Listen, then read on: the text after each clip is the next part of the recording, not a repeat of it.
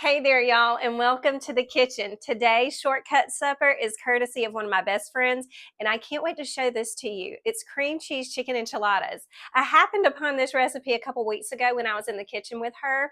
I was just visiting around mealtime, and I said, girl, let me help you with dinner. So as soon as I got in the kitchen with her, I quickly realized, I said, you have a perfected shortcut supper here, and I knew I had to share it with you guys. So the way that we're going to do this today is we're going to talk about some prepped ahead items and some things that you can get shortcut wise from the grocery store to get this delicious cream cheese chicken enchiladas on your dinner table as early as tonight. So we have some chicken that is pre-cooked. I have 2 chicken breasts. When I got to her house, she had her a whole Tupperware of pre-cooked chicken that she had done over the weekend, and that she said, just pull a couple of those out and chop those up for this dish. And I thought, girlfriend, Jess, you have perfected this whole shortcut supper thing. So we've got two chicken breasts right here that I'm going to chop in a minute. But before I do that, I'm going to get some butter going in my pan. This is going to be assembled and baked in the oven, but we're just going to get the creamy filling for our enchiladas together out of the gate. So I'm going to put some butter in my pan and get it started on about medium heat.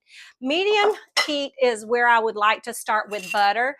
If I've got olive oil or something, I go medium high, but butter tends to burn. So you want to be a little bit more careful with your heat when it comes to butter. So I'm going to put in 2 tablespoons of butter, turn my heat on to medium, and I'm going to get some onions and bell pepper into my pan. Now you absolutely, she shortcutted this. There's something in the freezer section that is onions and bell peppers combined in a bag, and it's called seasoning blend. I often have just the onions or just the bell peppers, so you can get them right here, and you can just dump some out of the bag and then save the rest in a Ziploc bag in your freezer for later. You don't have to feel like you're committing to a whole bag at a time. But typically what's in this bag is 1 medium onion. If you're using the seasoning blend out of the frozen bag, I would say go ahead and use a full good cup to cup and a half. But what I have is I have a small diced onion because I meal prep this stuff over the weekend for myself. And then I have half of a bell pepper going in. I like a little bit more onion to my bell pepper to onion ratio. So I have a medium to small. This is about a cup of onions to about half a cup of bell peppers. And it's just going to go in and get started with my butter.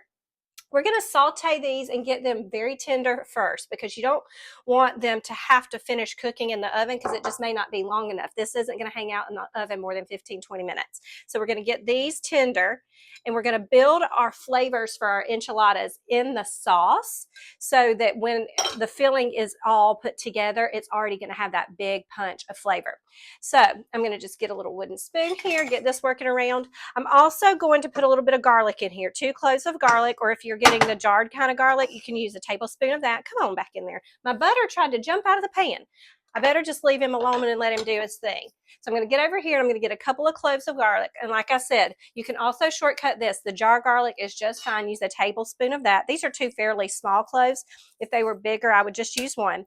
And to chop garlic out of its little package, its little paper, you take your knife flat on the board, pop it with your hand just like that, and it does half of the work of chopping for you, and your paper is just going to come right off.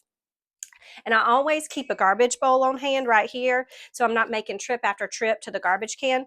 You save yourself time by saving yourself steps. So we think about that. All right, so I've got my paper off of my garlic, and then I'm just going to give it a rough chop. It's going to get all cooked down in my blend over here, so it doesn't have to be incredibly fine because we are certainly not eating this raw. You will notice a strong or a little bit of a stronger garlic smell with fresh garlic. It does have a little bit more pungency in the pan as well. So if I have time to chop the garlic, I do, but jar garlic is always in my refrigerator. Get that off. And if you want to get your smell off of your hands, all you have to do is wash it with some soap and water and rub your fingers on something that is stainless steel. If you have a stainless steel sink, just rub them on the side and it takes the garlic smell out of your hands. I'm going to rinse my knife off real quick and my fingers. Now, we're going to kind of get this going in the pan and then we're going to start seasoning it. This is not traditional Mexican enchiladas by any stretch. This is a fun Americanized riff on a dish that is a crowd pleaser for kids and husbands alike. She came up with this meal much like I came up with my first meal that I ever cooked, just on the fly right after they got married. And it's one that her husband says, hey, you haven't made that in a long time. So she was making it for the first time in a long time. And he even smelled it and said, yep, that smells right. And it's so funny how our memories can bring back that nostalgia of just a smell, making us think of a different time and reminisce. My first meal I ever made for my husband was oven fajitas, and it was just basically chicken fajitas that I assembled ahead of time, rolled up, topped with cheese, and had them thrown in the oven so we could eat them together, because he worked late when we first got married, and it was often late when he got home, and I still wanted to eat together without a lot of fuss. So that first night, I was like, okay, we're going to do this, but we're going to do it oven style. I had watched Rachel Ray cook it on Food Network, and I was learning as I went. She kind of did the same thing with this. She was like, what do we have on hand? What tastes good to you? And bam, this cream cheese chicken enchiladas recipe was born. Okay, so in this, I'm going to season this similar to what you would season any Mexican dish, like tacos or fajitas. I'm going to use chili powder, garlic powder, onion powder, and cumin. So basically what's in taco seasoning is what I'm doing. I make my own taco seasoning most of the time, and I just keep that on hand. You can absolutely use the package of taco seasoning in this dish. So I'm going to go ahead and get a tablespoon of chili powder, a tablespoon of cumin, and I measure in my hands because that little spot in the middle of my hand is a tablespoon, FYI, if you didn't know that. I could also just shake it out into the pan, and I have done that many times. Recently, I actually did shake it out of the jar. I was using black pepper, and I accidentally opened the wrong side, and so I like dumped black pepper into something. So I'm kind of like going with the hand these days. This has the protective spout on it, so I can go in like this with that. It was one of those moments that you could see it coming, but you couldn't stop it in action. I'm thankful I wasn't teaching a live class, because I would have had to like just say, okay, we're going to have to throw this away. Because too much black pepper, surprisingly, can be very, very spicy on your palate. So I'm going to go in with some onion powder, also with the protective coating here. So I'm going a tablespoon of that. I'm going to get these seasonings stirred around, and then I'm going to get my salt and pepper in there. My live classes that I teach every Friday in my school, online cooking school, they are so much fun. I did steak and potatoes this week with an onion gravy, and I have students that sent me pictures of them doing it this Valentine's weekend for their parents, and they were so proud of themselves and so excited. So if you think you'd like to take one of my live classes in Mama Witten's Kitchen, all you have to do is check the links below in the description, and the link is down there. We have so much fun in that class. And all of my recipes live there too, is what I say all the time. They just, everything I ever teach goes into my Mama Witten's Kitchen cooking school. So the next thing that I need to get in here is a little bit of cream cheese. So we're going to use half a block of cream cheese, and I'm going to get in some chicken stock as well. I just want to get a little bit of loosey-goosey to this little mixture before we get our chicken in here. So I'm going to go in with a half of a cup of chicken stock. And I love box stock, because if you don't use it all you have to do is put the top back on and stick it in your fridge, and you can use it all week long. So I'm going to get my spices down off the bottom of my pan. Before I get to my cream cheese, I'm going to get a good pinch of salt. I'm not going to use a tablespoon of salt in this because I use chicken broth. I'm going to start with a teaspoon, because we can taste and add later. But it's hard to take it out. And if you're using stock instead of water in a recipe, you just need to test your seasonings as you go. A little bit of chili powder left on my hand. Now, I probably should take it out of the box before I try to cut it in half. We're going to cut this in half. This is about 4 ounces of cream cheese that we're going to use in here. That is plenty to make this very juicy and creamy. We're also going to add in a little bit of shredded cheese to the mixture, and then we're going to add some more shredded cheese on top at the end. So just my block of cream cheese going in here, and then I'm going to get to chopping on my chicken. I love this recipe that she did, because it's got so many accessible ingredients in it that you almost always just have on hand anyway. So it's not like you have to typically even go to the grocery store for most of this. So we're going to I'm going to actually get my knife cleaned up. I don't want cream cheese all over the place while I'm cutting my chicken. And while this is melting down, you just need to stir it every so often to start to get that cream cheese to break down into your liquid. Like I said, not exactly typical, but very delicious. Break it up just a little bit to give it some help. Okay, now our chicken. I've got 2 chicken breasts here, and she had meal prepped a whole big pack of chicken. And I just pulled 2 breasts out of her meal prep chicken, and she said chop them up. So I've got 2 that are basically just very well seasoned. They are seasoning salt, garlic powder, pepper, baked in the oven for about 20 minutes at 450. And I'm going to give this just a little dice.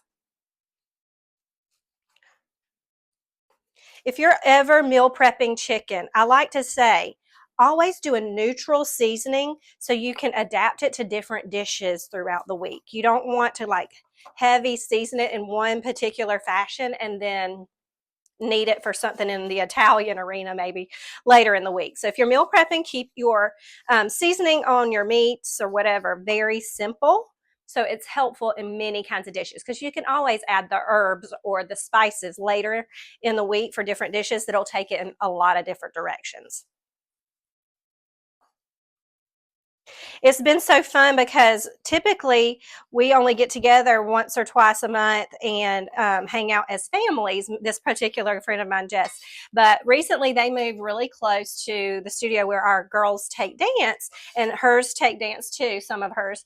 And so now while the girls are in dance, I just go over and chill at her house for about 45 minutes, and we get some built-in girl time every single week, and it's been wonderful.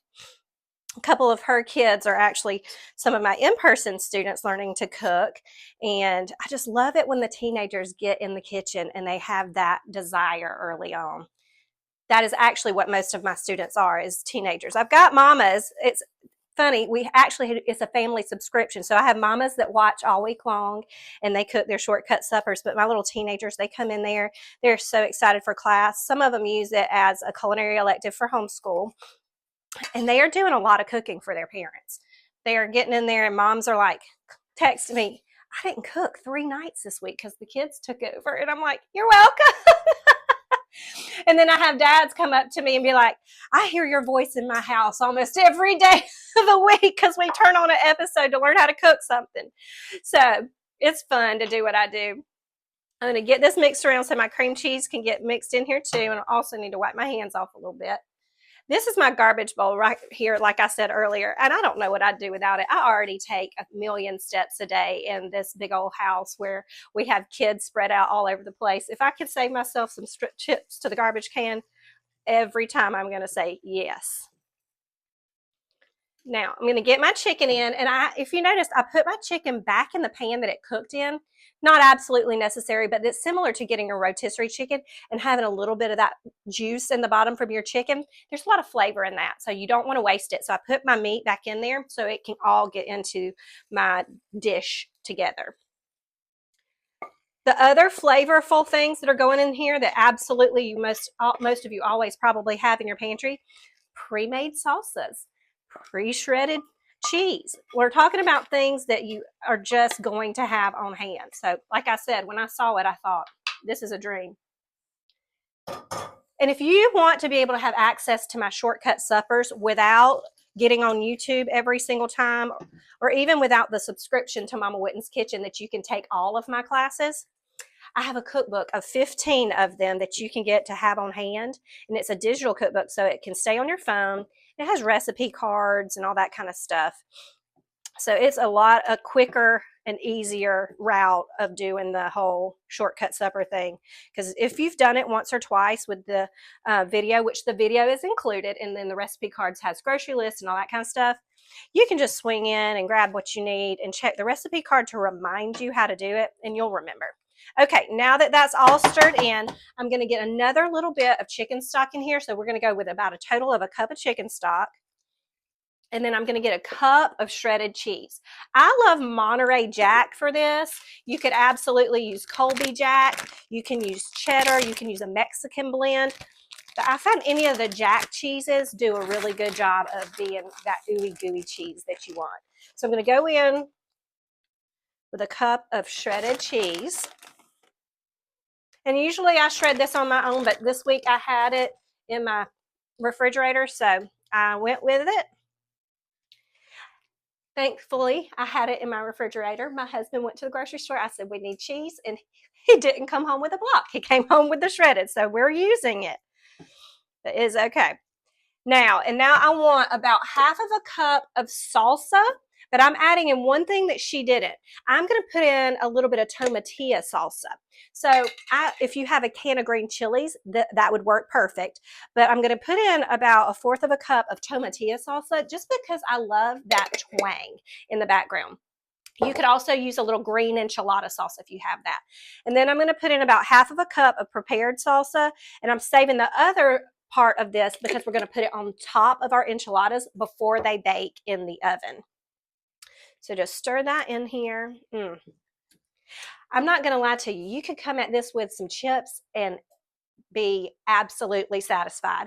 When we were filling the enchiladas the other day at her house, we ran out of room in the pan, and she said, I've got extra of our filling. What should I do with it? I said, girlfriend, chips. Don't waste that. Get it in some chips. So I've got my oven. This is almost coming together. I've got my oven preheated to 425 degrees.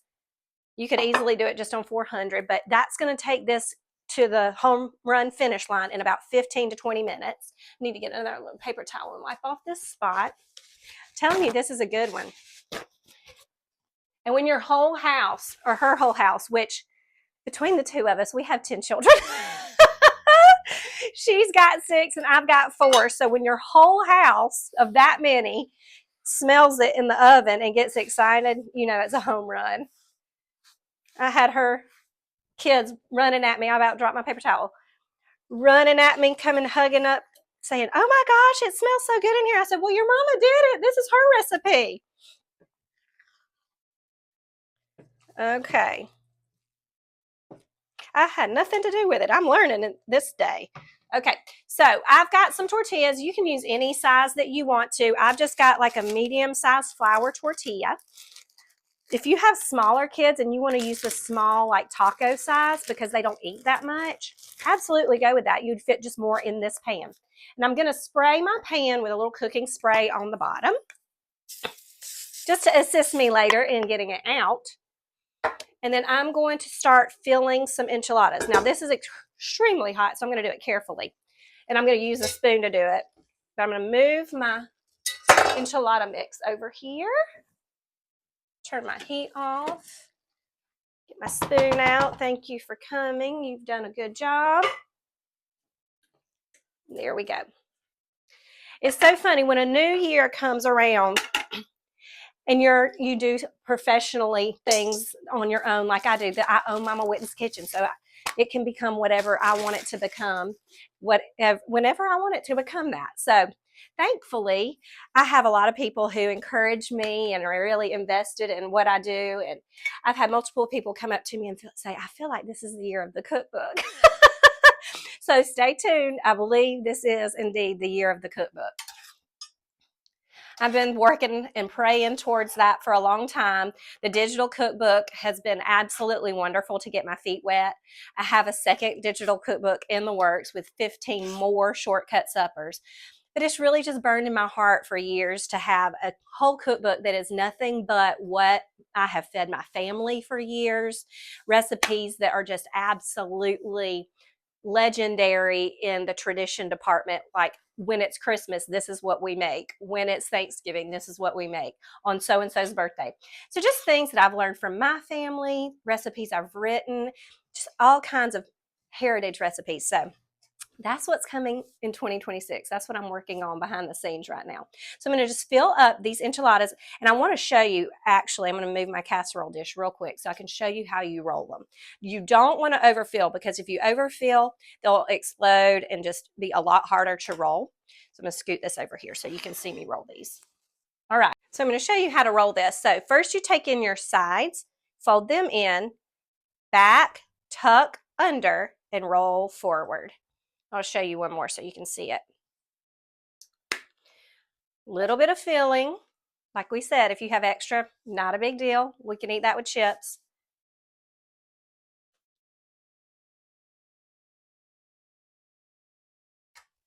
Okay, side, side, back, tuck under, and roll. Always putting it in the pan seam side down. And now we just get to keep filling. Whenever I make a shortcut supper, I always think to myself, who would I love to feed this to? And the goal is always for families to be happy. But when I did this recipe the first time, I immediately thought of my youngest son. I thought, this is a Noah recipe because it's cheesy. That child's always in the kitchen with finding leftovers to make something into a quesadilla.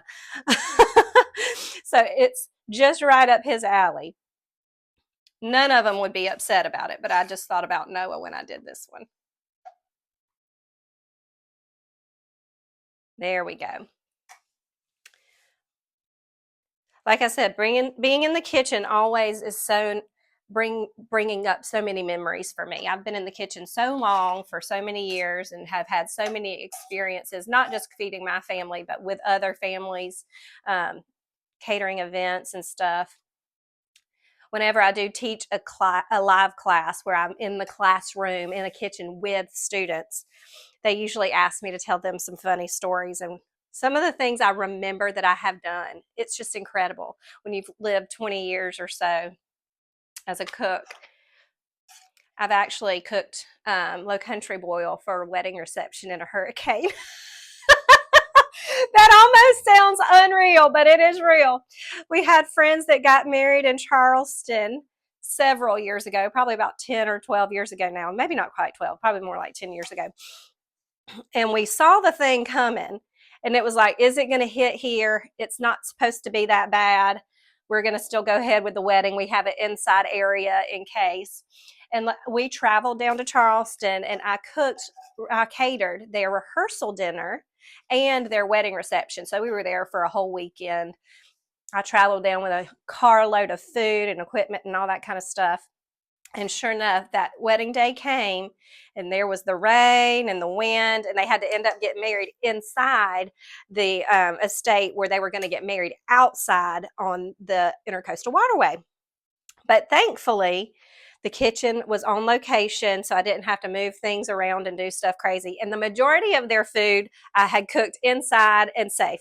But low country boil was one of the things they wanted. And if you've ever made low country boil with shrimp and corn and potatoes, it's a huge pot over a big gas flame, and it's got to be done outside.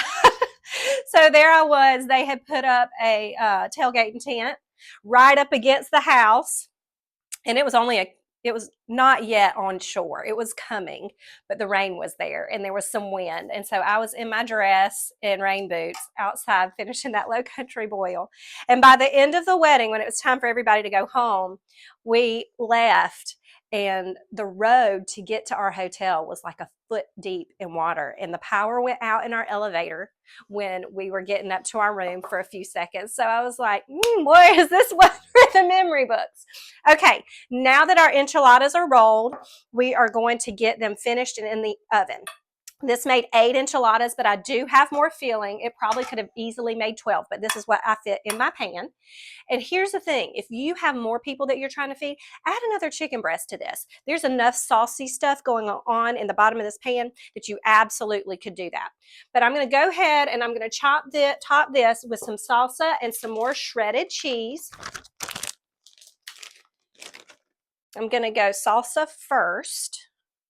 And you can use a jar of enchilada sauce, but this is just the way Jess did it, and it's the way that I'm going to do it to be true to her recipe because, like I said, it's stuff that you already have on hand. And then I'm going to top all this with cheese.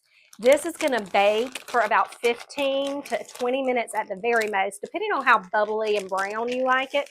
I like my medium brown, not brown, but medium brown.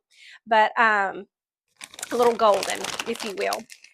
After that, I'm just going to show you how I would serve it, top it off, and we'll be getting dinner on the table. So I am going to get this in the oven, again, 425 degrees. We'll see those in a minute, and I'll see you in a minute when it gets done. Okay, our enchiladas are ready to come out of the oven, and they smell so good. I'm gonna go ahead and garnish them with a little bit of fresh stuff on top, but while they cool for a second, because I don't want this to be molten hot lava in my mouth. It's probably still gonna be. But the way I love to garnish mine, and you can do anything that you want to, I like to add a little bit of chopped romaine or iceberg to the top. Thinly chopped, I like to basically make it like shredded lettuce. So I go through my head of romaine just like this. Another thing that I do like to link for everybody is my knife down below, because a sharp knife is so important in the kitchen. And this one comes with a cover. It's a set of 3. And that's one thing that I do like, because I travel with my knives. I've told y'all before.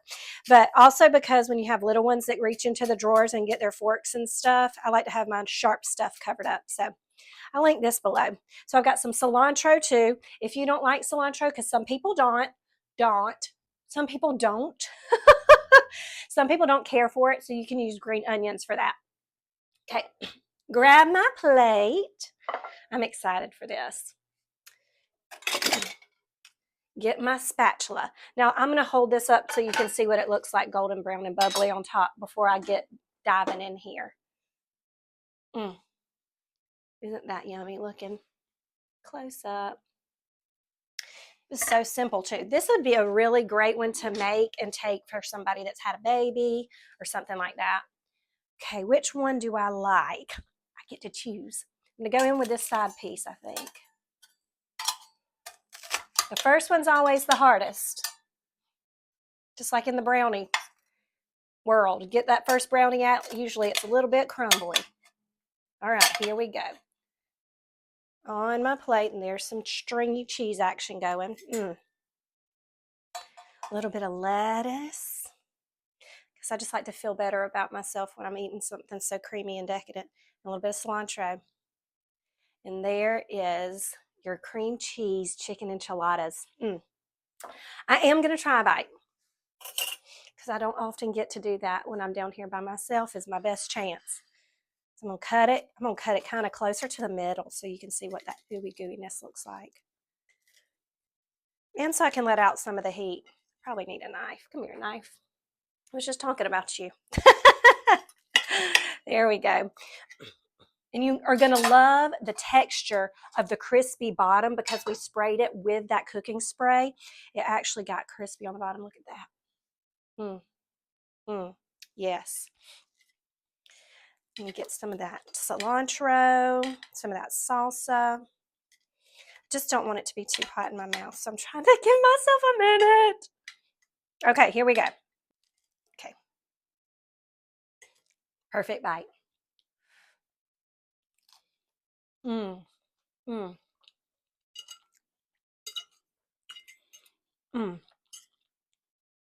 That may be a shortcut meal, but that is loaded on flavor. Thanks, Jess. I'm going to finish the rest of this. This will be out of the oven in no time. I only did it 15 minutes at 425, super fast. So once you get that sauce ready, you're going to be in the ball game of dinner on the table in less than 20 minutes. So happy cooking, y'all. Till next time, I'll see you in the kitchen.